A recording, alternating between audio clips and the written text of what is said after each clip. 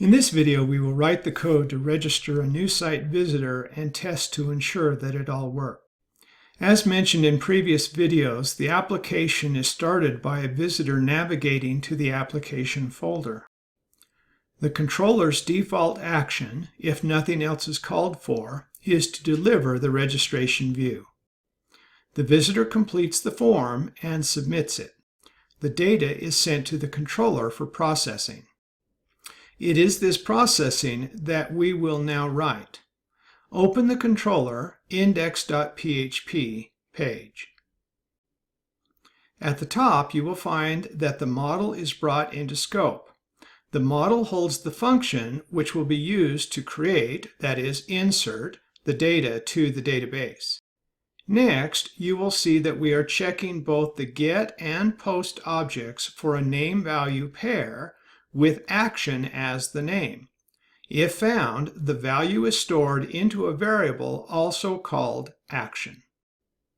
Then a switch statement is being used to determine the logic flow. The action variable is used in the switch, and each case statement has a different potential value that could be stored within the action variable. If a match is found, that process is used. Refer back to the registration.php page. At the bottom of the form, you will find the input of type submit. Its name is action and its value is register. Note that it begins with a capital letter. PHP values are case sensitive. Back in the index.php controller, you will see on line 43 that a case of register, again please note the capital R, exists. Here is where we will write our code. As mentioned before, comments are provided to guide our development. We will filter and store each of the inputs, 4 total, into variables. To do the filtering, we will use PHP's filter input function. The function has 2 required arguments, the type of input and the name of the name-value pair to be filtered. An optional third argument is the type of filter to be used. In our case, we will use the third argument to filter out any potentially harmful code. The first input is the first name, so the variable will be the same. The input type is input_post and the name is first name. And since the name is a string, we will use the filter sanitize string filter to remove any HTML elements that may be included. The second input is last name, and I will use a process nearly identical to that used with first name. The third input is email. The only difference here is the name of the variable, the input name, and the filter will be filter sanitize email. Finally, the last input, password, we'll use the same filter sanitize string to remove any HTML elements but leave all other characters. With the inputs filtered and stored, we will then validate the variables by making sure that they are not empty. This is very simplistic, but the focus is on registration, not validation. If any values are empty, an error message will be created.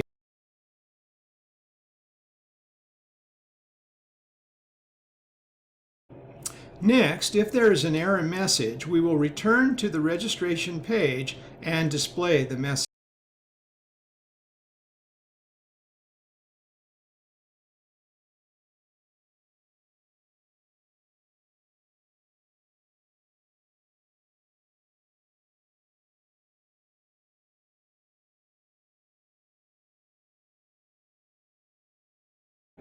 We will also add a PHP code block to each input except the password, displaying the value that was originally entered.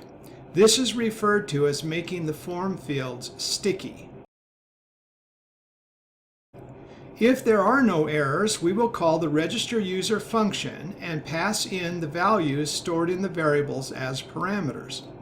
We will also capture the return value from the function, the number of rows changed in the database as a result of the insert attempt, into a variable.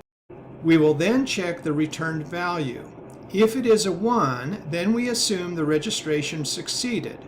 We will create a success message and send the user on to the login view to use her or his credentials to log in to the site. If the value is not 1, then we must assume that the registration failed. We will create a failure message and send the user back to the registration view and display the message. Save the controller, review your code for correctness, then run the controller.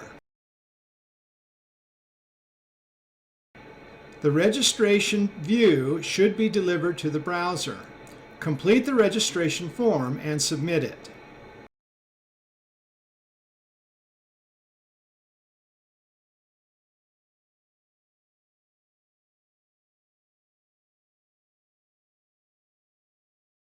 If things worked well, you should see the login view and a success message. If not, you should be back in the registration view with the failure message. If it failed, begin troubleshooting and testing until you see the success message. Finally, be sure to check the actual database to make sure that the record that was registered is actually present in the database table.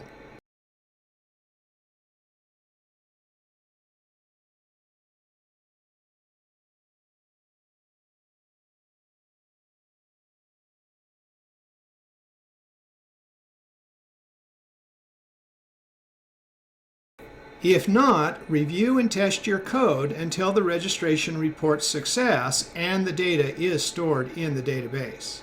You will note that the password in the database is plain text. This is a security risk and must be dealt with.